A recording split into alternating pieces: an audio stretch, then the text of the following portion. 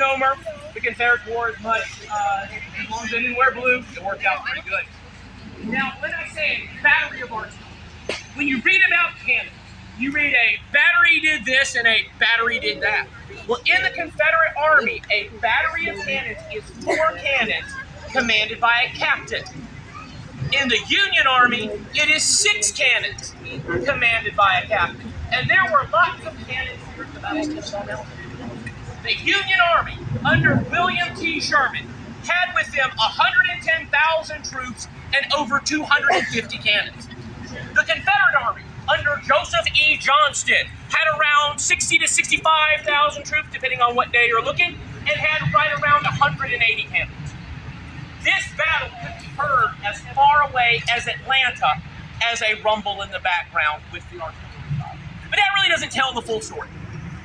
See, a lot of people, when you come to Kennesaw Mountain, I see everybody, a lot of people with their hiking boots on, gonna go out in the woods and enjoy the woods. When you think about the park, it's very difficult to understand there are way more trees now than there were in 1864. In 1864, there were farms here. Many of our trails would lead to somebody's house because most of this, with the exception of the steepest parts of the mountain, were under cultivation. And so you've got farmers everywhere. So as the war is going to near this area in mid-June of 1864, those civilians, they have a choice. They can stay and really roll the dice with, 170,000 armed folks in this area, or they can do what's called refuging. They can leave everything that they've got and head down south towards Atlanta and really hope for the best and see what's left when they come back. And so as the armies move in here, they're not moving into a pristine wilderness. They're not moving really into the woods. They're moving into fields and farms. Now, the reason why we have a Battle of Kennesaw Mountain is actually quite simple. As the Confederates are withdrawing through North Georgia, when they get to the Kennesaw line, they put a battery of cannons on top of Kennesaw Mountain. Well, with those cannons up there, you can see everything around you. See, artillery has to be able to see its target. And so you can see everything around you, and most importantly, the Confederates could see the railroad. The railroad runs just behind me here across what is now Old Highway 41. It is still the same rail path today that it was during the Civil War. Both sides need the railroad. The North needs the railroad coming from Chattanooga, Tennessee, bringing supplies. The South needs the railroad coming from Atlanta, bringing their supplies. So with cannons on top of Kennesaw Mountain, the Confederates can control a chunk of the supply line. So Sherman comes up to this position. He sees it's well fortified. He says, you know what? I really don't want to attack that. And he begins to try moving around behind the Confederates. Because for all of May and most of June, Sherman is able to move the Confederates out of their positions just by getting around behind them, threatening that supply line, forcing Johnston to retreat. Well, this time, though, it's going to be changed a little bit. As Sherman's trying to move around, Johnston is going to shift troops to try and block him, and Sherman's having a hard time supplying his army because of, once you get off the railroad, now the supplies have to go by road to get to the troops. And just before this battle, it rained for almost 3 weeks. One Confederate general, Samuel French, he was actually from New Jersey. He said, it rained for 40 days and 40 nights, and the ark, it rested upon the Kennesaw Heights. And so the roads were so bad, they're having a hard time moving supplies. So Sherman finally comes to the conclusion. He says, flanking is all played out. And he decides he's going to break the Confederates here at Kennesaw Mountain before they get in Atlanta. So he sets the date of June 27, 1864. That's tomorrow. A massive artillery bombardment all along the lines. He's going to use his superior numbers of cannon to fire, break up the Confederate defenses, hopefully sending his infantry in to break the line. Now, Johnston, his job is to hold this line.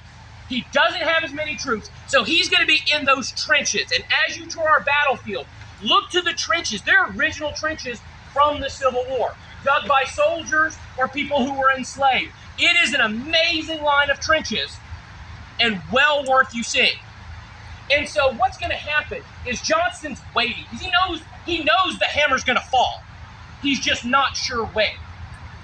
Now, right now, where you are, there were no cannons because you are smack dab in between the Union and Confederate lines. On the morning of the 27th, the Union Army will come out of the woods behind me, moving right through where we are and crash into the Confederate works that are just a little ways up Kennesaw and then start pushing towards Kennesaw. But that's not even the main attack. The main attack is down in a place that we call Cheatham Hill. The soldiers will call it the dead angle. Although one soldier in a report called it the devil's elbow. I always liked that one better, but it never caught on. And at the dead angle, Sherman, he's got literally one regiment behind another, like a human battering ram. So the massive artillery bombardment, and then he sends in this wave of humanity where one wave's going to hit, and then the next one, and then the next one, and the idea is to overwhelm the Confederate defenses, break through, and score a major victory for the Union Army. Well, the artillery bombardment fired. One Confederate said hell had broke loose in Georgia, sure enough. And the Confederates know, okay, they're coming. And many of the Confederate guns, they actually stayed silent because they were outnumbered and they knew if they fired, the smoke would give away their location. And so they waited for the infantry attack that they knew would be coming after the artillery. And at Cheatham Hill, it's tour stop 5 on your driving tour. If you get a chance, you need to go down there. It's great because you can see a ton of trenches in a very small area. And as the valley below the trenches fill up with wave after wave of blue soldiers, they begin moving up the long slope to the Confederate trenches. And the Confederate guns wait until the Union Army is within about 40 yards and they open fire at point blank range. Eyewitness accounts said that it looked like a blue wave had crashed upon a shore, reseeded and crashed again. And there's literally enough momentum with the Union Army to where they're able to get into the trenches. And there will be hand-to-hand fighting. One Confederate, Sam Watkins, he said, we threw rocks and beat them in their faces with sticks. And the Yankees did the same, and rocks came in upon us like a perfect hailstorm.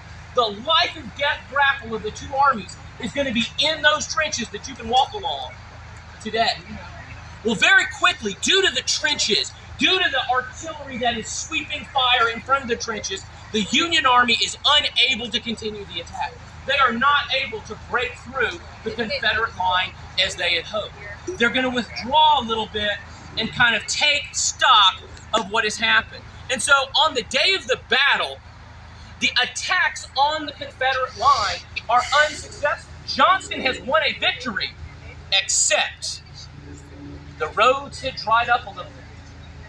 And the success of the day, the only advantage of the day, is the Union Army is actually able to finally turn and find the end of the Confederate line, get around behind it, and begin threatening the supply line. Johnston would have been perfectly happy to stay here on this line and repel attack after attack.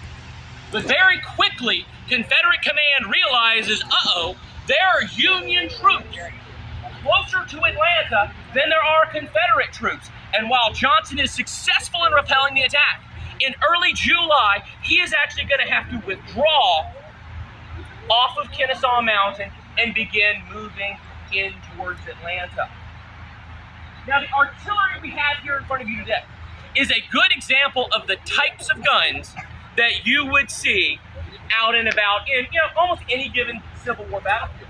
We have a 3-inch ordnance rifle here at the front, which has a range of about 3 miles. It's the most modern of the artillery.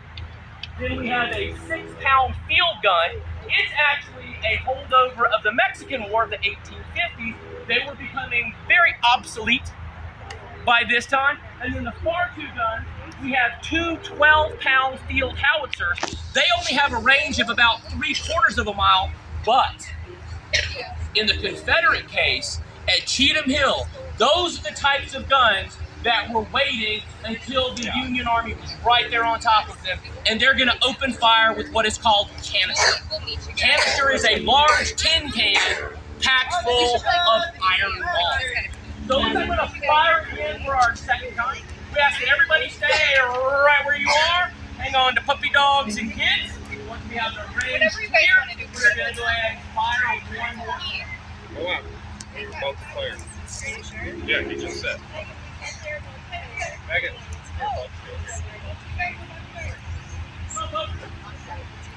He's got a good. Oh my goodness. Yeah, he's getting paid to be.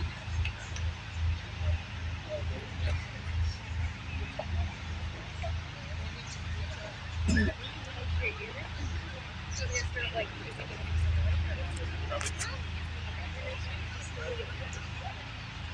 I do it that way.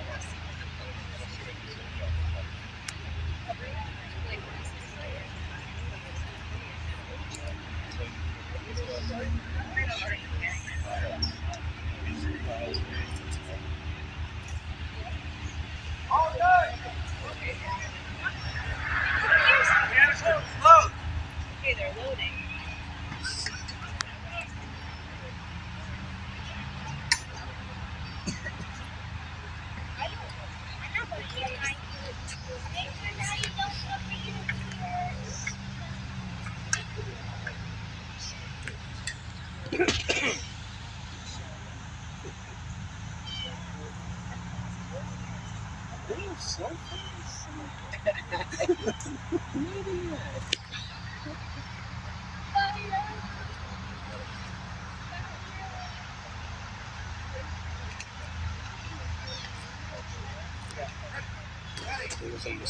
Let's say ready.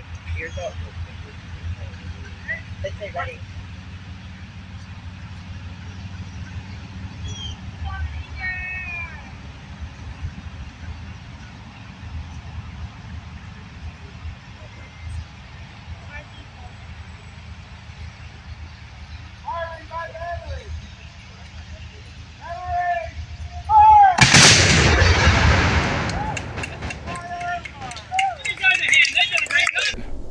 Fort of McBride, right here at Kennesaw.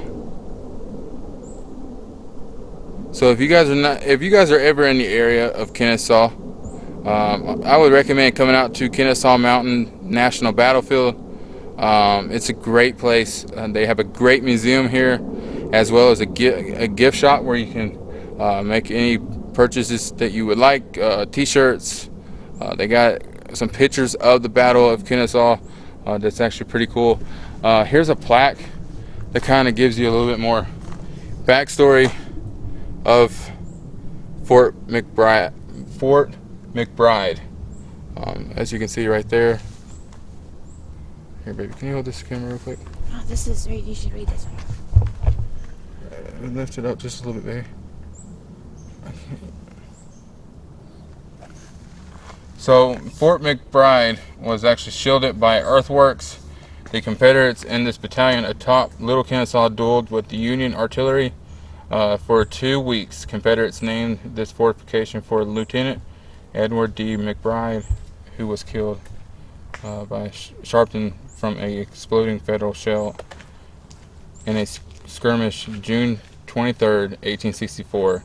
He died immediately from his head wound and was given last rites by a Catholic priest. McBride had been in charge of 2 cannon in Henry's Gumber's Missouri battalion. The same shell wounded 3 other Missourians. Private Caldwell Dunlap was wounded in the left arm, which was subsequently amputated in Marietta. Sergeant William Robinson lost a leg, and Private Robert Winch suffered a foot wound. So this is actually a great photo to kind of give you an idea of the battle that took place here or around Fort McBride. There's earthworks. I mean, it looks like it's overgrown now, but there was earthworks in the area. But okay, so that's actually pretty cool. So right here, you guys, is a diary of a Confederate Private Samuel Dunlap, brother of Caldwell Dunlap. So this is from one of his diaries. We were startled by the sharp crack of a shell, which entered one of the embarrassment, exploding at the same time. As soon as the smoke cleared, I could see the dire effects. So that's actually from one of his diaries. That's actually pretty cool. And as you can see, there's another cannon right here that was used. By the Missouri Artillery Battalion, as well as those over there as well. This is kind of like the earthworks, I believe, right here on this hillside. But over time, it's just kind of started going away. Kind of like these cannons, how they're slowly peeling real bad from the paint. But it's always cool to be able to still see the history being preserved here at Kennesaw, and have an opportunity to be able to walk the trails and kind of learn a little bit more about the history. And we're going to continue through Little Kennesaw, and then we'll make our way to Big Kennesaw. But I want to go ahead and start walking, and I'll check back in with you guys as soon as I start, when I find something else to give you guys a report on.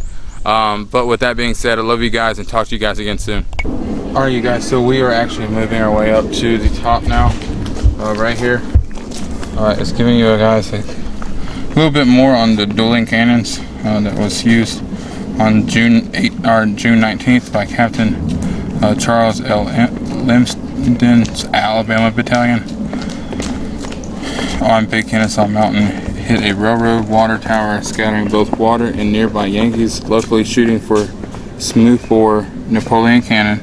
But after the Confederates fired at the 1st Minnesota Battalion on Brushy Mountain, 1 mile north, the rebel gunners were pounded by the Northern's accurate long-range rifle guns. After dark, the Confederates dragged their own rifle cannon up the mountain and positioned them on the peak.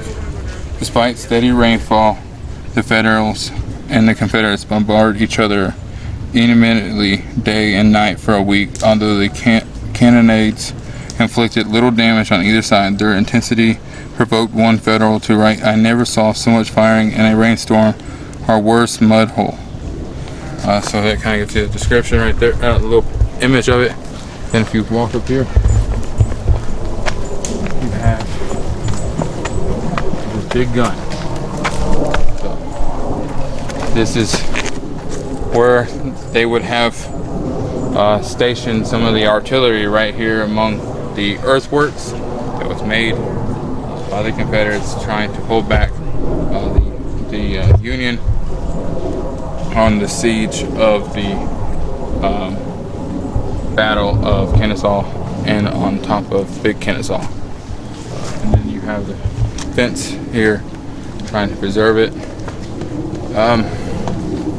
And then down there's a plaque that honors the 14 generals from the state of Georgia that was actually killed here on June 27th, 1864.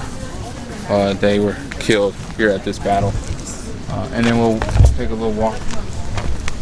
There's always a chance that I may not know something and I need to take an opportunity to refresh my mind, or even just learn of something new. Like right here, still learning a little bit about the Atlanta campaign. Sherman marched south to fight the Confederate Army and seize the supply center. Basically, the Confederate supply center was actually in Atlanta. So you would have Lost Mountain right here that he had to capture from the Confederates first. Pine Mountain. So Leonidas Polk, who we're going to go see, was actually killed on June 14th, 1864 on Pine Mountain. So that's actually pretty cool that they actually let you know where he was killed and the date. So that was before the Battle of Kennesaw took place. Then he had to capture the Western Atlantic Railroad on the way to the Allatoona Mountains. Then you would have Big Shanty, which they have a marker here in Kennesaw for Big Shanty. and then you have Ackworth, and then you have Brushy Mountain, and then so forth and so on. Eventually you get to Atlanta, and then this kind of gives you a little bit like so. In May 1864, Union Major General William T. Sherman led his 1,000-man army from Chattanooga, Tennessee into Georgia. General Joseph E. Johnston, 65,000 troops, dug in to oppose the Union invasion. As Sherman advanced, the two armies clashed at Rocky Face Ridge, then at Resaca, Cassville, New Hope Church, Pickett's Mill, and in Dallas. Although Union attacks failed to dislodge the Confederates, Sherman's swift flanking movements threatened the Southern Railroad line and forced the Confederates to retreat time and again. By June 3rd, the Union Army reached Ackworth, a railroad town 8 miles north of here, but 3 weeks of hard rains immured Union troops and wagons in the Georgia mud. Without the ability to move his armies quickly, Sherman temporarily abandoned his flanking maneuvers and drove straight ahead. And then this kind of gives you a picture of the wagons and them stuff and the men going through the rains and the mud. But this is actually a pretty cool map of the Confederate line, which is red, and then this would be the Union, the blue arrows, trying to attack or outflank the Confederate lines from June 4th through the 16th. And then that ultimately is when the Battle of Kennesaw took place on June 27th, 1864. So that's actually pretty cool. Kennesaw was actually the last mountain in the way of Major General William T. Sherman to be able to make it down to Atlanta and have the ultimate opportunity to actually capture Atlanta, and eventually was able to burn Atlanta from being able to capture it. But we're going to continue walking up this way and kind of see what else we can kind of see up in here. This is actually pretty cool. Yeah. I think we've been up here once. Yeah, because this is where that smoke's back. Hey, look, there's that bee. Those bees that always follow you? Yeah, bumblebees. There, see, there's a marker talking about the fall of Atlanta. Yeah, that's faster than that little one. I took it out from my lab. Wow. Yeah. They're quick. That's pretty out there. She is. Yeah. How old? See? The fall of Atlanta. So, once beyond Kennesaw, Sherman bore down on the South Railroad and the supply hub. After the Battle of Kennesaw Mountain, the muddy roads dried, allowing Union Major General William T. Sherman to return to his flanking strategy. On July 2nd, General Joseph E. Johnston's Confederate soldiers abandoned their Kennesaw lines for another prepared defense at Smyrna and then Chattahoochee River, only to have the larger Union army to go around them each time. The President of the Confederacy, Jefferson Davis, dissatisfied with Johnston's retreats, replaced him with the combative Lieutenant General John Bell Hood, with the Union Army closing in on Atlanta. Hood went on the offensive with his belonging Confederate Army. Alright, so right here is Sherman for the Union. Then you have Johnston, who was later replaced because of all his retreats, with Mr. John Bell Hood. And then this is showing you a map of several mountains that they actually went through. You have the Blackjack Mountain, and you have Stone Mountain, but then before Stone Mountain you had the Western Atlantic Railroad, and you have Marietta, Chattahoochee River, Smyrna, and Atlanta. So, and then right here kind of gives you an insight of the Battle of Atlanta, July 22nd, 1864. And then kind of shows you the Confederates' attack as well as their defense. There's the Battle of Ezosh Church, the Battle of Peachtree Creek, as well as Battle of Jonesboro, which is actually where a Confederate cemetery is actually located. I have a video of my time out there. If you guys haven't been able to see the video, make sure you guys check that video out. and like it as well. But the battles for Atlanta actually lasted from July 20th to September 1st, 1864. So as you can see, it took Union quite some time to be able to actually capture Atlanta, to have the opportunity to burn it and seize control of Atlanta, to have their march to Savannah, to ultimately help end the Civil War. But as you can see over there in the distance, I know it's pretty hard to see, but over there in the distance you have the city of Atlanta out there.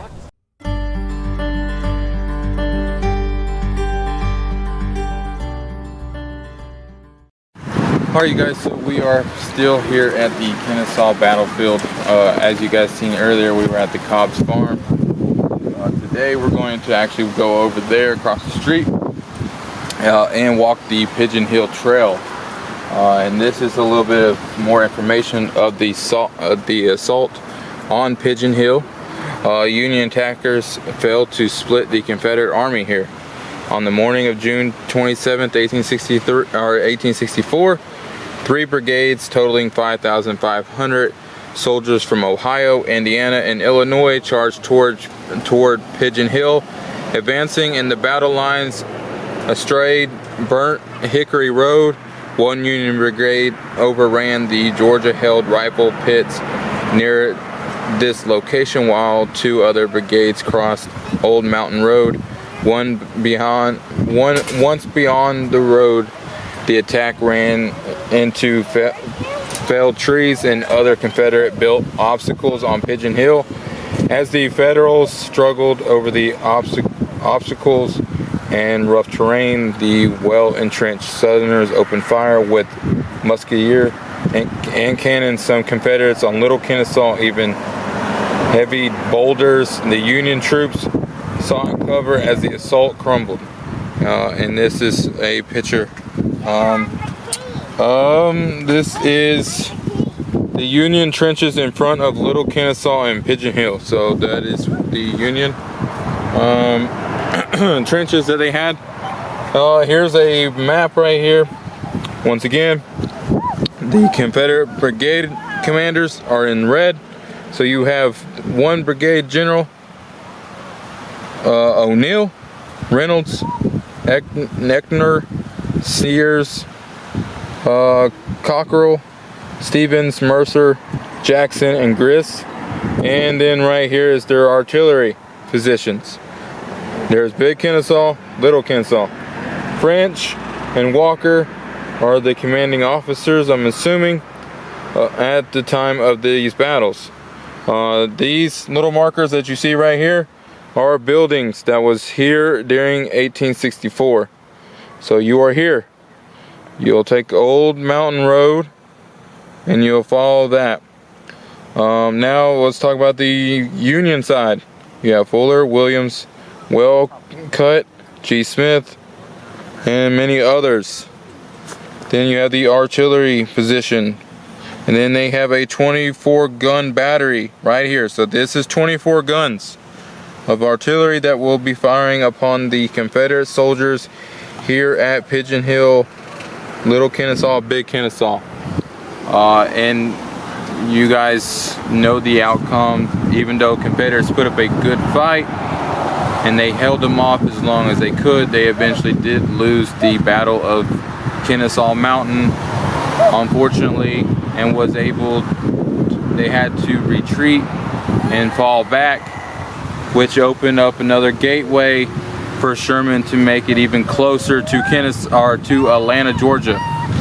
Other thing is, Kennesaw Mountain was the last mountain that Sherman needed to capture to be able to even make it to Atlanta.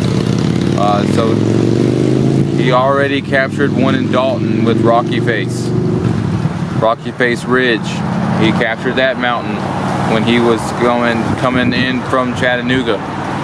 But with that being said, make sure you guys hit that like button, subscribe to my channel. Love you guys. I'll talk to you guys again soon. That was made, even showing you a diagram of it here as a picture, was actually the 3rd and 5th Consolidated Missouri Regiment of the Confederate States of America. and defended the earthworks here on Pigeon Hill on June 27th. The 6th Missouri Regiment USA, 6th Missouri Regiment USA is also Union, took part in the Union assault on Pigeon Hill. Ironically, Confederate Missourians battled Union Missourians as Federal forces fought uphill to within 25 yards of these earthworks and took cover beyond the boulders just ahead.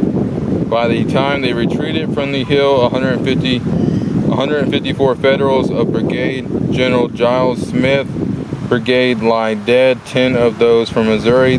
The Confederate Missourians suffered 9 killed and 27 wounded. Now if you go back up here, it's talking about the boulders. So those are the boulders. And they are actually explaining that some of the Confederates eventually would try to push down the hill on the upcoming Union Army as they're coming up the hill. Not only did they try to attack them with the artillery and have... Alright you guys, so we are back with another adventure. Today we are at Kennesaw Mountain National Battlefield. We're out here honoring the men that fought in this at this battle on June 27th, 1864. Tomorrow is June 27th, so this weekend they're going to go ahead and hold a lot of events and honor those men that fought here, because tomorrow will be the 158th anniversary of the battle. Just down the road from me is the Battle of Cheatham Hill. That is where most of the intense fighting occurred during the Battle of Kennesaw Mountain. Also down the road just a little bit over that way, on June 22nd, 1864, there was a battle that occurred over there at Cobb Farm. So there's a lot of things that was going on, a lot of fighting going on. Like right here where I'm standing, we got a couple of cannons posted up, as well as these earthworks that was created you know, by the artillery, and they were stationed right here in a line of defense, because if you walk over here,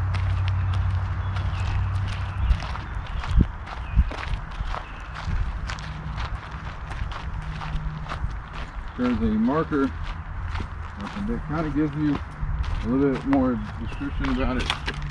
This is what you would call the interlocking defense. This artillery redoubt protected part of Major General Patrick R. Cleburne's Confederate Division. From here, Southern trenches zigzagged to the left and right for miles with cannon batteries placed at key positions. These defense lines could produce a devastating crossfire, more destructive than direct frontal fire. The Texas Brigade that built these earthworks exchanged skirmish fire with Federal troops. For a week before the battle, one Texan wrote in his diary, "The bullets go zip, zip over our breastworks day and night, making the men bow their heads." On June 27th, the Federals launched their main assault at the center of the Confederate defenses, half a mile to the left, and tried to split the Southern Army there. The Confederates were ready. So here's a better understanding. Here's the drawing.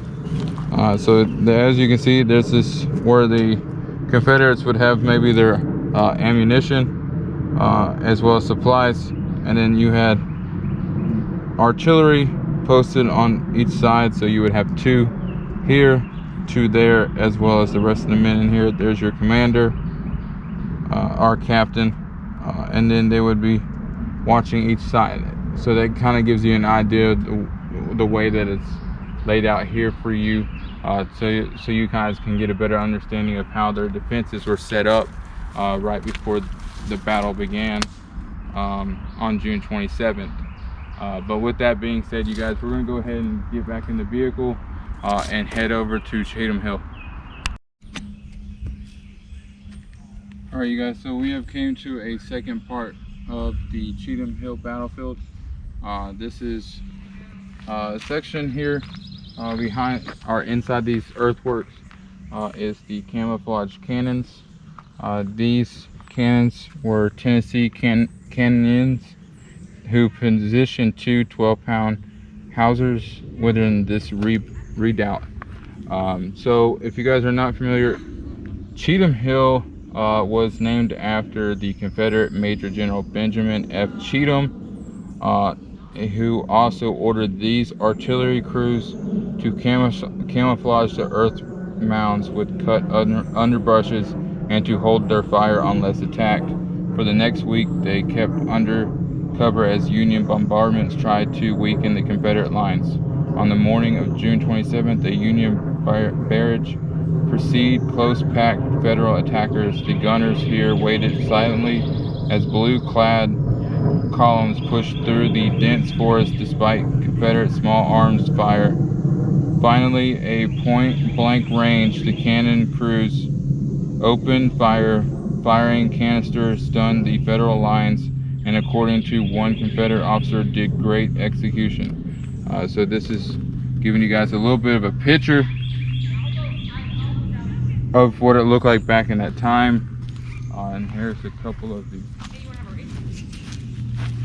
cannons as well. And there's a sign right outside here of the earthworks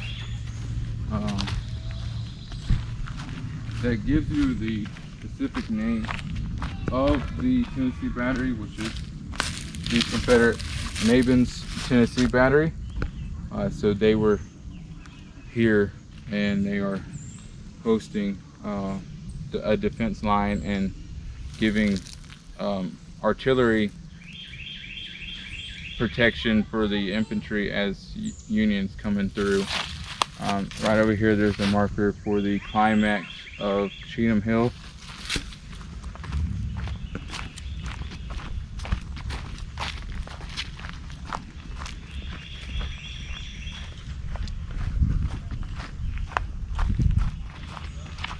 So this is the man that Cheatham Hill is named after, Major General Benjamin Franklin Cheatham, who was a Confederate general. And then here's one for the Union Brigadier General Charles G. Harker, who fell mortally wounded nearby, white yelling, "Come on, boys," to his troops. Here is the map of Cheatham Hill. Right here is Cheatham Hill. Right before we got to this location, there was a marker for General Leonidas Polk nephew, who was here.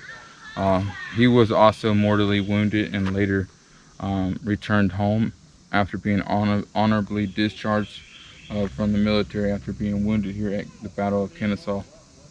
But with that being said, you guys, we're going to go ahead and start walking this way, and then I'll be filming as I'm going, and then when we reach the Illinois monument and stuff like that, I'll give you guys a little bit information about the battle and the intense fighting that occurred here. But with that being said, you guys, hope that you guys enjoyed the video. Make sure you guys hit that like button, subscribe to the channel.